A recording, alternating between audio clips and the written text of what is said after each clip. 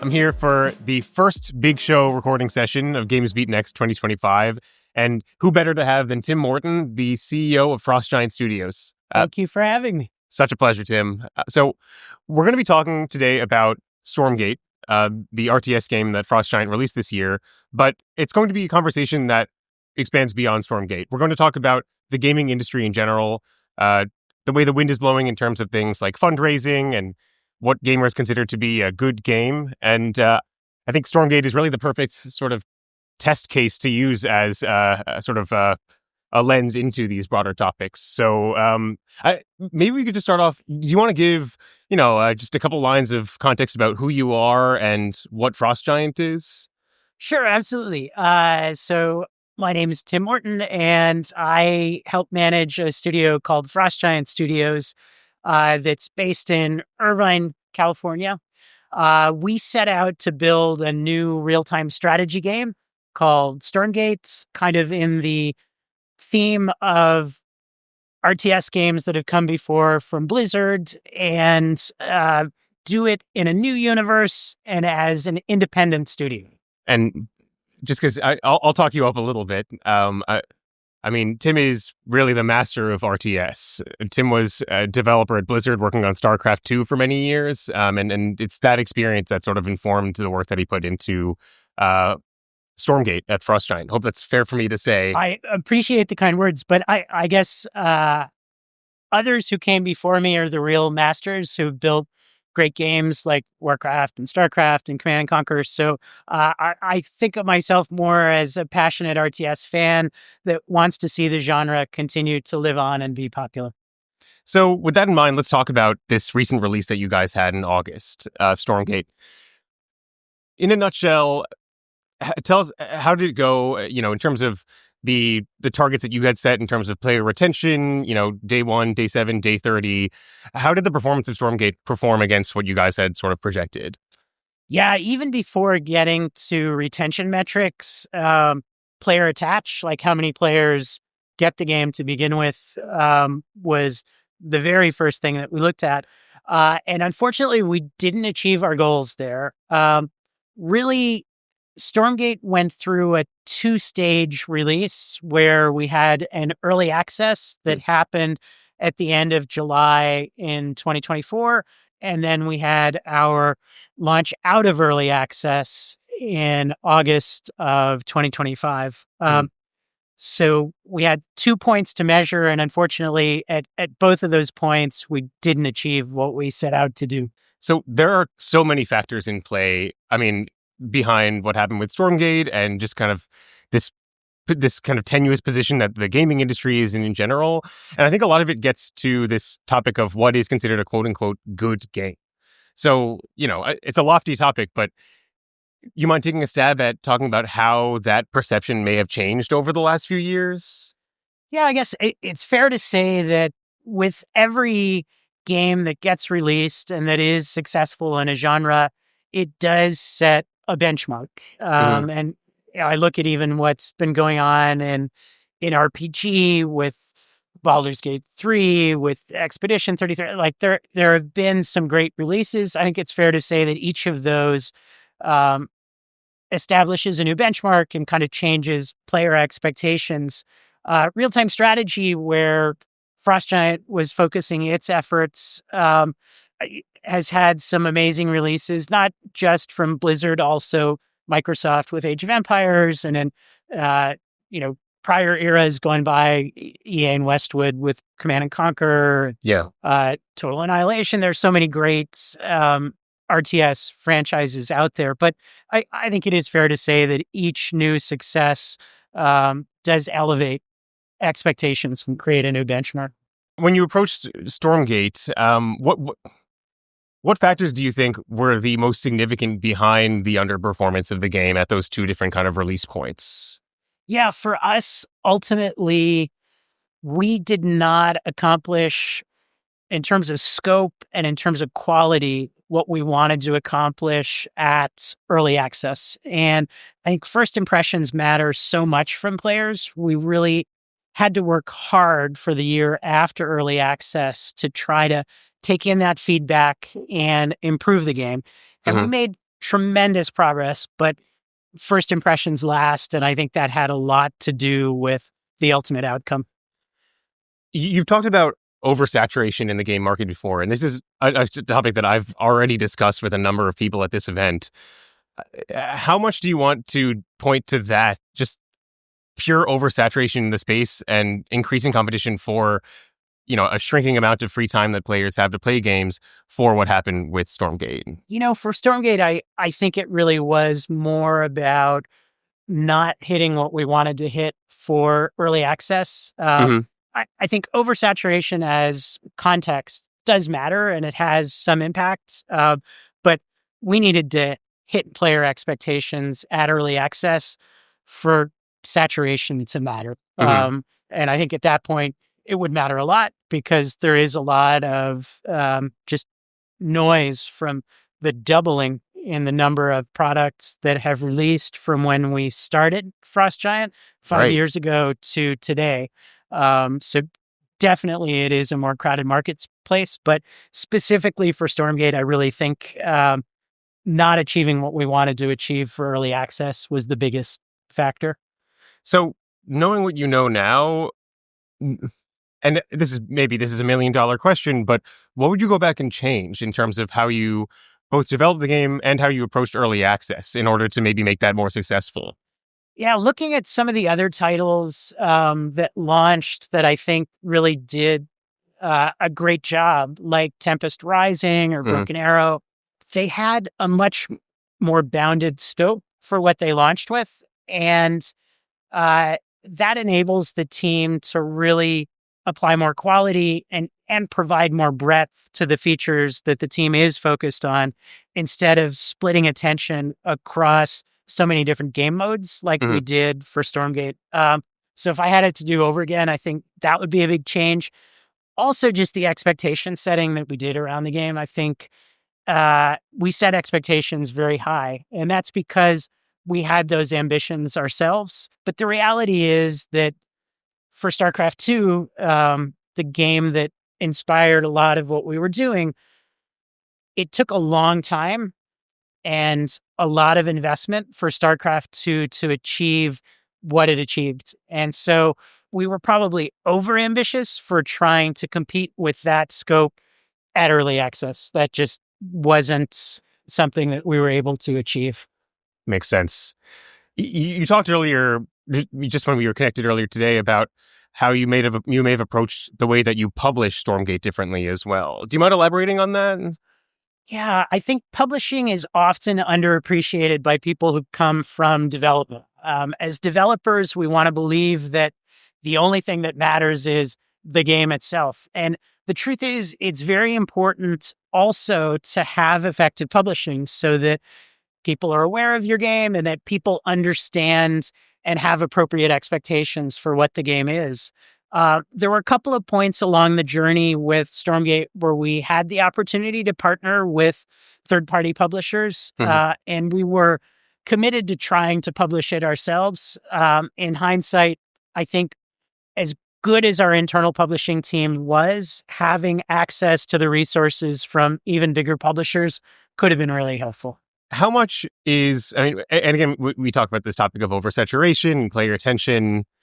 I don't want to overplay this, but is there just some element of random chance in games right now? Like, is game publishing and development more of a crapshoot than it was in years past because of the glut of options out there? Yeah, I think it's fair to say in a crowded market, predictability goes down. And so trying to project, which every publisher does, doesn't matter whether they're big or small, in order to figure out how much you can spend on a product, you have to try to project how is that product going to perform in the market. So as predictability goes down, there is more randomness in outcomes. And it doesn't mean that players are random. Players care about quality. Players care about concepts that resonate with them.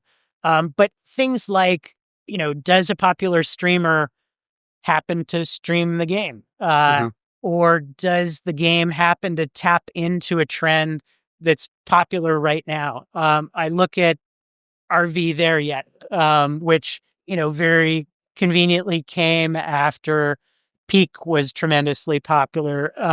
This idea of sort of lower fidelity, but just fun co-op mechanics is like, it's a trend right now. Some people are calling it friend slop as a trend. So I think there's a little bit of timing involved in that. And also just the luck of having the breathing space for your product to be appreciated. You don't know what else is potentially coming out and sucking the air out of the room, or what else is going on in the world that might suck air out of the room. So, short answer is yes, I agree with you. I think there is some randomness involved. So, all right, I've bogged you down enough with these discussions kind of looking back. Let's move the conversation forward to what's going on right now with Stormgate and at Frost Giant. You were telling me that you are still in touch with the games community and are actively incorporating feedback from, certain core members of the community to the ongoing development of Stormgate. Can you talk a little bit more about like exactly where you're looking for that feedback and how it might have been applied? Yeah, we've been really fortunate to have a Discord community that provides good constructive feedback and that has helped us shape the work that we've done since launch. And it's a very difficult situation to be in, to have a game that doesn't reach expectation, that has a smaller than expected player count.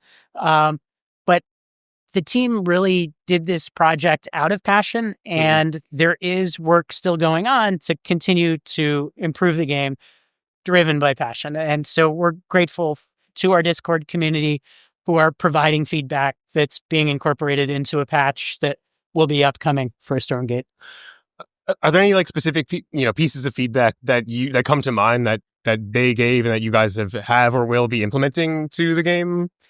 A lot of it is balance related, to be expected, since the 1v1 competitive mode is the mode of the game that was the stickiest, that retained players for the longest. So balance is a big thing. There are other just issues with the build that we launched in August that got reported that players have helped us narrow down. There are some circumstances where input lag was noticed. And so player feedback's been really instrumental in helping us narrow down the source of that issue. In general, just having access to that community who are playing the game and providing constructive feedback has been tremendously valuable for us. Has that Discord community been part of Stormgate since the beginning, or I guess when did that spin up? Yeah, the Discord spun up when we started doing external testing. And initially that was closed testing, then it was open testing, and then obviously early access and the full launch. But yeah, there are some members of that community who have been there from the very beginning, and also some new members who have come in and contributed a lot. Awesome. So was that part of the, and maybe this is looking back a little bit, was this Discord community an active part of the marketing of the game as well? To the extent that we definitely asked everybody to tell their friends and get the word out. But yeah, for us, we see the Discord community just as a channel of communication between players and the developers. And of all of the channels that we have, that's the one that is the most active and the most valuable. How else did you look to market Stormgate to core RTS audience members and otherwise spread the word about the game? And is there anything that you would have changed looking back to your go-to-market plan, now that you know what you know now? We definitely learned a lot along the way as we released both the early access and then the full launch. Some of the key components, we definitely did a certain amount of traditional PR. And so, we were grateful to a variety of outlets, including GamesBeat, that covered Stormgate. We also were fortunate to have a community of content creators that we knew from the RTS community, who were very engaged with what we were doing, helped provide some early feedback, and also helped get the word out that way. We did a little bit of traditional paid media spend, but as an independent studio, we couldn't do a tremendous amount there. Jeff Keighley was also very generous in including us in some of his showcase programs, and those really had visible impact in terms of awareness and wish lists and player interests. Awesome. Okay, really helpful. So I want to look to the future now as we get to the sort of third part of this conversation. First of all, let me know if I'm barking up the wrong tree with this question, but is there anything that Frostgiant is applying in terms of feedback to Stormgate towards future projects or future releases? Yeah, I think we invested a lot of effort into building the technology layer that we call Snowplay, that sits on top of the Unreal Engine. It's fairly engine agnostic, but we put a lot of work into making it function well with Unreal.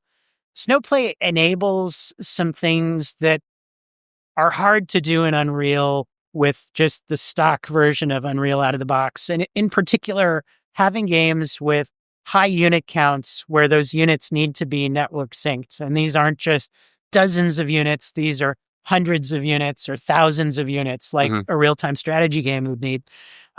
So having made that investment in building this engine and the tools to build levels in this engine really gives us a head start for what we do next. And all of the player feedback that we've gotten around everything from keyboard customization to, bugs that have been reported to tool improvements that were requested, that really helps position us for what we want to work on next. Awesome. As we talk about what you guys want to work on next, I think, it is important to discuss, just in general for Frostgiant, what comes next. What is, from where we stand right now, what is sort of the prognosis for the company in the future? And, what's like the ideal future path for you guys? Yeah, I think the prognosis, speaking totally frankly, is uncertain. We had a launch that didn't succeed.